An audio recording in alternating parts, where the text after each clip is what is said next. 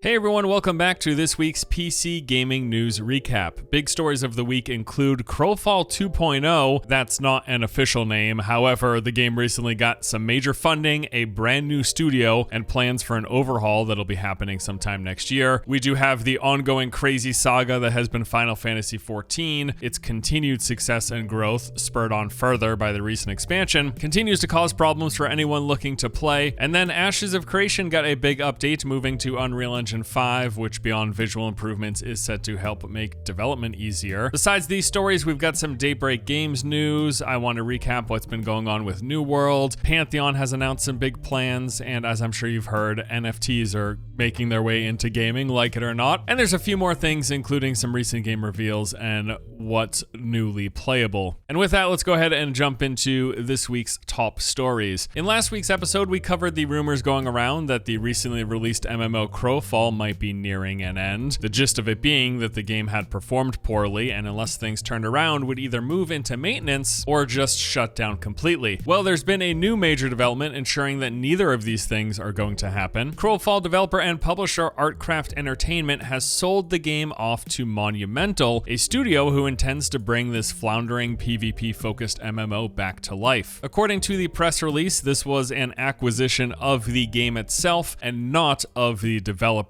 Artcraft. So Monumental will be providing a huge influx of funding. They will be hiring the Crowfall team, looking to add on top of that seamlessly without impacting the game's current state and development plans. Apparently, Monumental's CEO, Monty Kerr, was an early backer and avid Crowfall player who just really wants to see the game succeed, which is actually what led to this acquisition. But who are Monumental? Well, according to their website, they're an independent, self-funded studio based out of Austin, Texas. Their most notable game, Mythgard, is this fantasy cyberpunk CCG, which has fairly good ratings, but a relatively small player base. Interesting note though, they also didn't make that game. Instead, they purchased it a few months ago with the intent of preventing it from entering maintenance mode. Sound familiar? Yeah, that's right. That's basically exactly the same situation as what's going on right now with Crowfall. So how did that go? Well, it's kind of hard to say. Mythgard's original developer, Rhino Games, announced it would be entering maintenance back in July, and then come mid-October, they revealed that the game was sold off to Monumental. Now, since that sale, Mythgard has seen a 36% uptick in average monthly players, but percentages can be misleading because that increase was from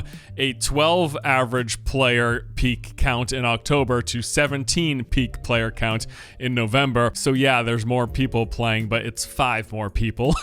And that could amount to the people who work at Monumental who are now spending time on this game. Like, who knows? Point being, whether or not Monumental can be successful in bringing Crowfall back from the brink, we have no idea. The track record with their previous attempt it's just not long enough for us to clearly judge. Like, maybe they will turn around Mythgard, but as of now, it's still a relatively small game. Just keep in mind though, that the current Crowfall team is still going to be working on the game. According to Artcraft's creative director, J. Todd Coleman, the studio is being split down the middle. So Gordon, Blair, and the entire Crowfall team will be moving on to join Monumental, while the other half of Artcraft will be staying to work on their new game. Bottom line is, Crowfall is currently in a much better position to succeed than it was just a few weeks ago. They have a new influx of cash, they have new leadership, and they're still maintaining much of the team that created the game originally, so they're familiar with the ins and outs of it. But maybe with this new direction, they can have the game in a better place. Now, Monumental has said that a long-term development roadmap is in the works right now, and they plan to reveal that sometime next year, so we will keep an eye out for that. I think this whole story is exciting simply because it adds an unknown. Crowfall's future seemed pretty predictable. It was likely to either enter maintenance mode or shut down completely. Just from everything that we've had, that investor report aside, we knew that the game wasn't particularly successful and wasn't doing particularly well. At the very least, this adds a random element. You know, we've got interest in the game, we've got new people working on it, and a bunch of new funding. maybe this means that a new version of Crowfall is going to happen in 2022, 2023, or beyond. But the game's not going into maintenance mode. At the very least, that much is clear. Final Fantasy XIV is so popular right now that Square Enix has had to literally stop selling the game. As I've covered in prior episodes, the Endwalker expansion, as much as people enjoy the content, has been causing some massive issues. Specifically, there are just way too many people trying to play and not enough server space to let everyone in. The result of this being super long queue times and disconnection issues across the board. Now, initially, to make up for these problems, they gave away 7 free days of subscription time. However, the issues continued to persist, and they decided to add 14 more free days, bringing the total to 21, and they suspended all sales of the game. On top of that, they also stopped advertising the recent expansion so that people aren't like learning about it and trying to go out and buy it while it is not currently available for purchase. I don't think I've ever heard of something like this happening, well, except for earlier this year when Final Fantasy XIV had to stop selling the game. So now in twice in 1 year, they've had to stop selling this game because it's too popular. Like, what is this? Clearly, this is not an ideal situation for Square Enix. They would love to keep selling the expansion and keep raking in monthly subs, but in order to rein things in and to just improve the experience for their existing players, they're willing to take a hit to their bottom line. This is just such an amazing thing to see. They're literally like, hey, we will lose money because the people who already are bought into this game, we want to make sure that they can actually get in and play and that things stabilize a bit. Now, the global chip shortage is reportedly one of the main culprits here when it comes to adding more server capacity to the game. Because of that shortage, they've had difficulty. I did read somewhere that they're currently offering above market price. Square Enix is willing to pay more than most people, but they still can't get what they need to fix this issue. Now, of course, things will eventually get better. We just don't really know when. We don't know when they will be able to spin up more servers or when demand will drop off as people stop all trying to log in at the same time. It's just kind of a waiting game at this point. And you know what's so funny? This whole story is just, it gets even crazier. Just when you remember the fact that when Final Fantasy first launched in 2010, it was an utter disaster. The game was so bad and universally panned that they closed the game and then brought it back into development. Here we are 10 years later, this thing is massively successful. It appears to be continuously growing, and it could very well be the largest MMO in the Western market right now. I mean, in terms of buzz that it gets in the press, this is certainly the one that's talked about the most currently. It's hard to say for sure though, like we don't have exact numbers for most games in the genre, but yes, anecdotally, this sure does seem like it seems like this is the game and has surpassed WoW at this point, almost without question. Regardless, I'll just say this. Congratulations to Final Fantasy XIV. 2022. This has to be the year that I play the game, right?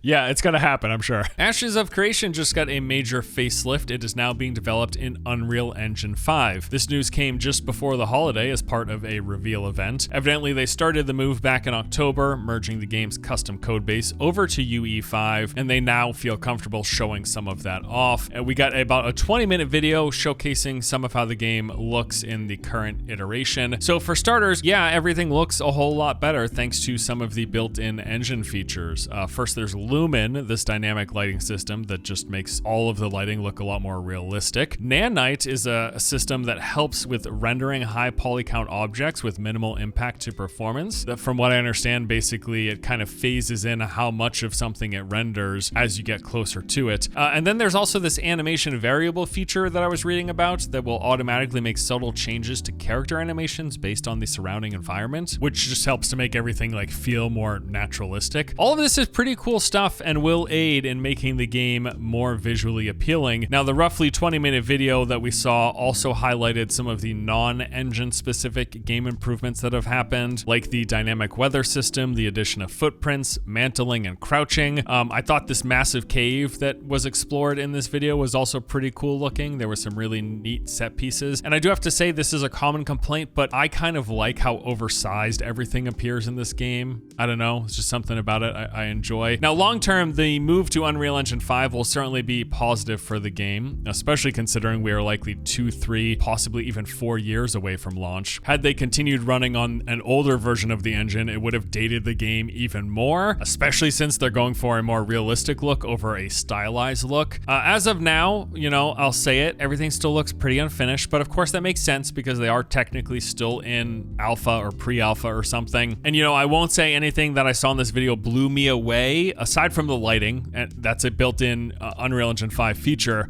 And yeah, it does look really darn good. As with everything Ashes related, I can definitely see the potential, and that's really what we're banking on here. So I'm looking forward to watching it as it continues development. And here's looking forward to playing the game again at some point in 2022. I do know that they have an Alpha 2 test planned. I'm sure it's going to be still one of those like high backers, like you got to spend like $250 or $500 or get a key in order to play. But you know, they're not going to send this out to the masses until it's really close to finish. And yeah, it's probably 2, 3, or 4 years away from release. Like, it's not coming out this year, that's for sure. So here's a sentence I never expected to say out loud. Daybreak Games has entered a long-term agreement with the Wizards of the Coast to develop, provide live service for, and publish Magic the Gathering Online. Yes, the same Magic the Gathering Online that released in 2002, and the same game that has more or less been replaced by Magic the Gathering Arena. This is an odd but also somewhat exciting story for me, not because Daybreak is taking over what seems to be the discarded digital version of Magic the Gathering, but just the fact that Daybreak is making any moves at all has me really hopeful. Remember, this is the same company that was once known as SOE, Sony Online Entertainment, and then in an acquisition, they turned into Daybreak Games, and then Daybreak splintered off into 3 sub-studios, each focused on their various IPs. Now, most recently, they were purchased in 2020 by the Swedish games company Enad Global 7, and now, apparently, with this recent acquisition, they're actually doing stuff. But the big thing here is Daybreak currently also owns EverQuest, Lord of the Rings Online, Dungeons & Dragons Online, DC Universe Online, and PlanetSide 2. Those are IPs that I am definitely interested in seeing more of and seeing things happen. Truthfully though, all of this is just a long-winded way of me saying maybe EverQuest Next could still be a thing. Like, I realize the answer to this is 99.9 repeated percent chance no, it is not going to happen. But in my like cold, shriveled MMO fanboy heart, somewhere in the deepest recesses, there's a glimmer of hope, a light just peeking through. Like, EverQuest Next, are you still there? Or is there like a whiteboard somewhere with development plans to revive the game? A design doc? Is there anything? Probably not. Every week brings with it a slew of updates for New World, and this past week was no different. First off, let's talk a bit about player count. There's been a lot of focus on this recently, and I think for good reason. Since the game peaked on September 30th, which was 2 days after it officially launched, it's seen roughly a 90% decrease in concurrent players, going from a height of 913,000 to around roughly 100,000 peak daily. That is a significant drop, and certainly not the direction Amazon hoped it would be heading. They would love to see this line trending upward. But I guess the question is, how typical is it? I would say that the general impression seems to be that this is more or less normal for an MMO. We expect player count to be at the highest at the very start of a brand new game's launch or of a game's expansion, and then we expect it to taper off with time. This is experienced directly as players through server queue times. They're always the worst at launch, and then they clear up after a few days or a few weeks. However, even though a drop-off is expected, a 90% drop-off is huge, and no doubt this is the result of a combination of the game's various issues, from bugs and exploits down to simple design decisions. Now, with that said, the game is still doing okay in the grand scheme of things. Keep in mind, it is still comfortably sitting in Steam's top 10 most played games every day, and that is no small feat. Steam is, after all, the biggest digital platform for all of PC gaming, so being in the top 10 every day since launch means that comparatively there are a ton of people playing New World. But for the players themselves, this doesn't necessarily translate. We can't forget that New World went with a shard style system instead of like mega servers. When the game's thriving, this can be awesome because it gives your server a sense of community. You will know the various players and guilds, and there will be these dramas and storylines that unfold when you have a relatively static group of people playing together day in and day out. However, as the player counts drop, some servers will be hit harder than others and can quickly move from feeling populated to feeling completely empty, and this does appear to be what's happening with New World. Of course, server mergers are a thing, and Amazon has been doing them, but they're far from perfect and cause all sorts of their own issues in the process. It's just unfortunately one of the drawbacks of going with like a shard system where you have these unique servers where a character is tied to that server. It's cool when it's thriving. It sucks when the game is dying. And I hesitate to use that word because, like I said, even with a 90% drop off, the game is still doing incredibly well compared to all of the other games on Steam. It's still in the top 10 every single day. So there are people playing New World. It's not a dead game, but it's certainly not a growing game. Pretty much see every single day the peak count is just a little bit lower than it was the day before. And if Amazon hopes to reverse this trend, they are going to have to make some pretty big moves in order to bring people back, and we'll see what happens. We'll see what 2022 holds for them. Now, they do have some big plans, as revealed in this hour-and-a-half developer roundtable posted to YouTube recently. In it, they cover some of the content, features, and improvements that are in the works. These include fixes for existing bugs, new methods for spotting and banning anyone who's botting. There are going to be new features like the mutators, which are going to augment enemies and expeditions, changing how they function. They've also talked about weapon balance and tuning, some new upcoming weapons,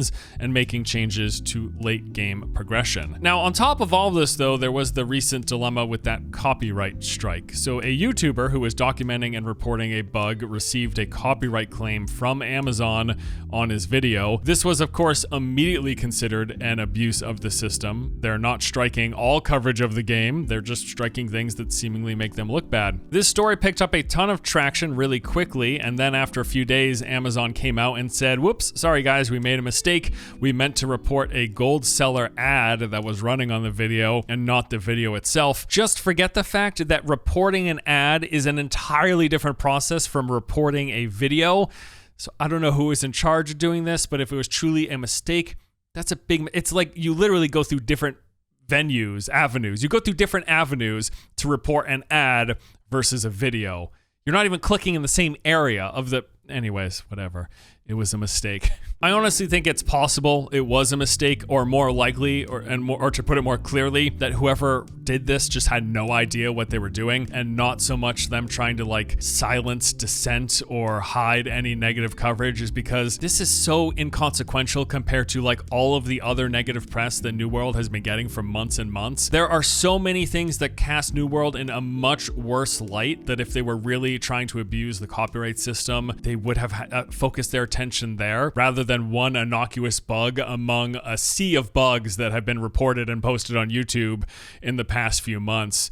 Whether or not it was intentional or malicious on a single person's part or on Amazon's part as a like company-wide decision, I guess at this point at least it's cleared up. And you know, just in general, copyright abuse is a problem on YouTube. It continues to be a problem on YouTube. I have dealt with it recently. This might not be the biggest story, but we did get confirmation recently that Riot's upcoming Runeterra MMO is going to have PvP. Over on Twitter, he said that the challenge is, even if I say we will have PvP, and we will, that can mean so many different things, from ganking to epic battles to looting to dueling to arenas to even esports, so still probably not for everyone. That last part there is referencing the fact that it has been said many times that the Runeterra MMO will not be to everyone's liking and will focus on delivering a very particular type of experience. So now we at the very least know that the game will have some form of PvP. It's not exactly the biggest news story, but anytime we get any news on Riot's MMO, I feel like talking about it because there's just so much anticipation for this game. And I know it's a game that we don't have a name for yet.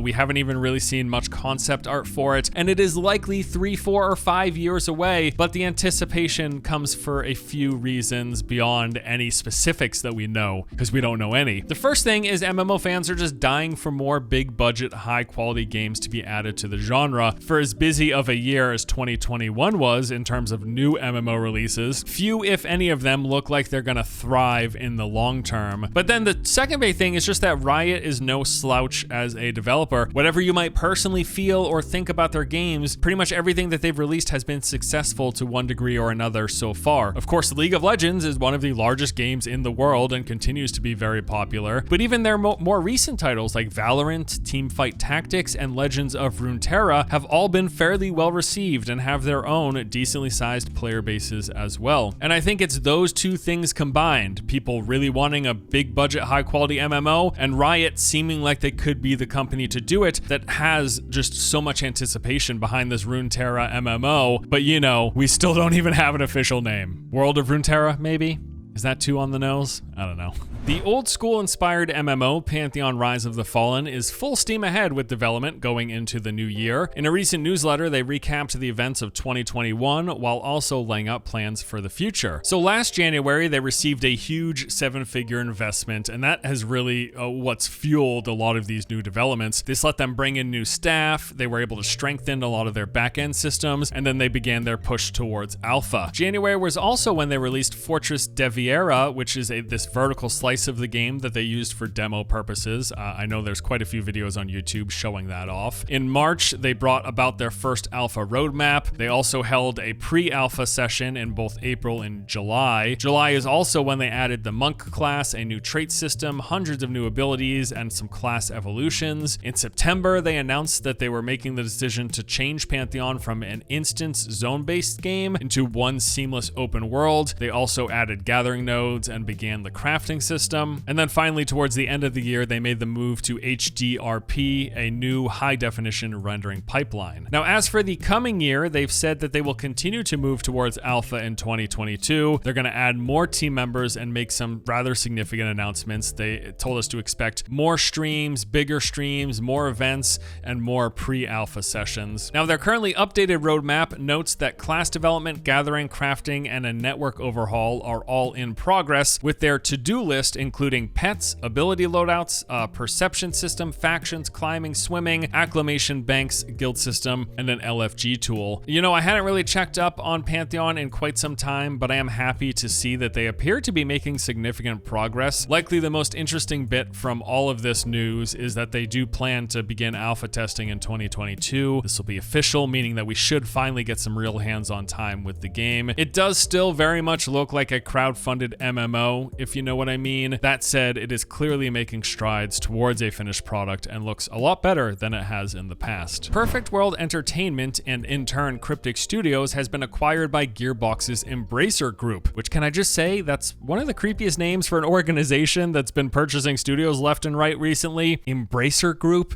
It just sounds like this dystopian future megacorp, just like sucking up everything in its path. Anyway, PWE and Cryptic have a number of well-known IPs under their umbrella, including Neverwinter, Torchlight, Star Trek Online, and Remnant from the Ashes. They also happen to be the ones behind the recently canceled Magic Legends. I'm sure you guys remember that disaster. Now, of the acquisition, it has been said that operations for all games will continue unchanged. I guess the big point with this story, though, is that if you're boycotting anything associated with Gearbox, it looks like there's now a few more games added to the list. NFTs are making a strong push into gaming, seemingly whether we like it or not. You know, I almost didn't include this topic simply because I feel like I need to do a lot more research on NFTs. I really only have a surface level understanding of these things. Like, I get the concept of scarcity, that people can purchase these certified versions of digital assets, and that all of this is tied into the blockchain. And from what I gather, because of this, there's been a pushback on NFTs due to the ecological impact that this whole process has, and the fact that, you know what, they don't really bring any value to the gameplay experience. Like, NFTs coming into games isn't making games more fun or making them better or more interesting. It's just adding a new way for us to spend money. The conversations I've seen online concerning NFTs have been overwhelmingly negative.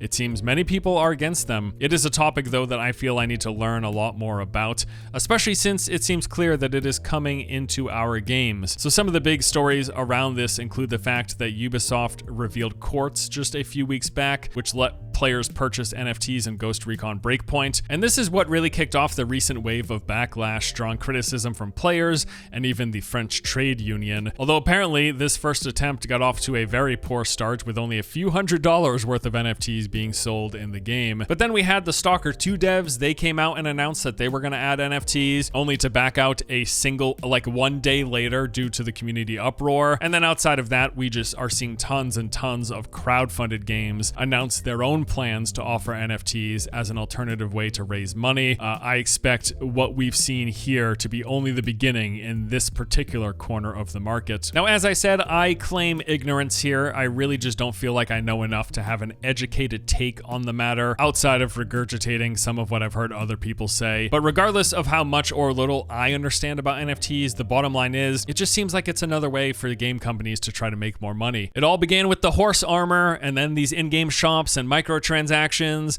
and then we had loot boxes and then season passes. And now we're just adding NFTs to the growing lists of things we can spend money on in games. Great stuff. Lastly, in this week's stories, I wanted to just mention that the Steam Winter Sale is happening from now until January 5th. As always, this is a good chance to get your hands on some games at a deep discount. If you've had anything on your wish list, now is the time to check it out and see if you can get it for cheap. Although it's so funny because anytime there are sales now, I feel like I need to go about and have this chart where I can cross-reference it against any of the existing subscription services like Game Pass or Humble Choice or EA Play or Uplay Plus. I find myself constantly surprised at the games available on these services, especially Game Pass. It's crazy. I could play the Halo Infinite campaign for $1. It's like, what? Get the subscription, cancel the subscription. I got a month to play the game for a single buck.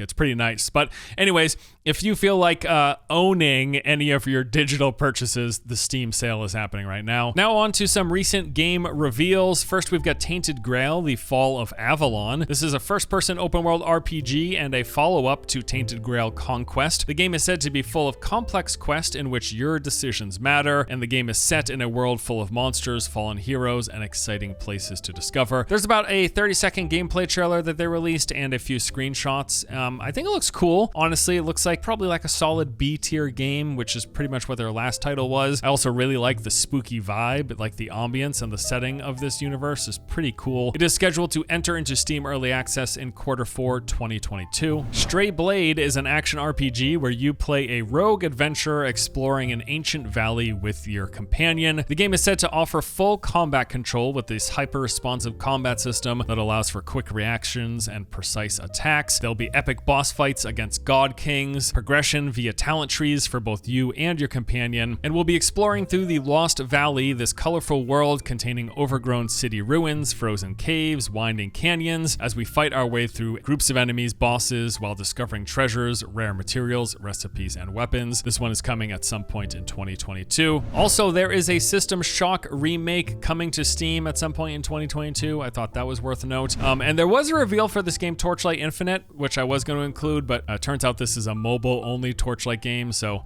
kind of whatever. That's not what this show's about. We're focused on PC games, okay? And then we got a couple of new things playable recently that you can play right now. Baulders Gate Dark Alliance, the game that originally released in 2001, is now available on Steam. This was like a Diablo for consoles. It's kind of a cool nostalgic game if you like Baulders Gate. Worth checking this thing out. Praey for the Gods is another recent release. This is a boss climbing open world adventure game, kind of like Shadow of the Colossus style. So what's interesting here is it's got a very positive rating on Steam, but it's just been getting gutted by official reviewers. I think I'm seeing averages of 4 to 5 out of 10. I am not really sure what's going on with this one. I kind of want to dive in just out of morbid curiosity. And then another big reveal and release that came out recently was Ready or Not. It entered Steam's early access. This is called an intense tactical FPS that's focused on realism and has you playing as part of a SWAT team called in to hostile situations. People really like this thing. It's currently got over 13,000 overwhelmingly positive Steam Steam reviews. If you like tactical FPS, this thing's getting a lot of praise. And then I just wanted to wrap up by letting you guys know a bit of what I've been doing recently. So these past few weeks, I've been spending a lot of time with Outriders. There's a video in the works. It's just taking a little longer than expected to put together, but that'll be coming out sometime in the next week or two, I believe. Outside of that, I'm not sure what I'm going to focus on next. I know Lost Ark is launching very soon. I have been considering jumping into the Russian version of the game just to get acquainted with it and maybe prepare to make some videos. And then also just in general for the start of 2022, I do plan on revisiting games like I'm doing with Outriders to kind of give some updated impressions on them. But yeah, that pretty much does it for this video. Thank you guys as always so much for watching. Hope you enjoy the content, and I'll see you in the next one, all right? Take it easy.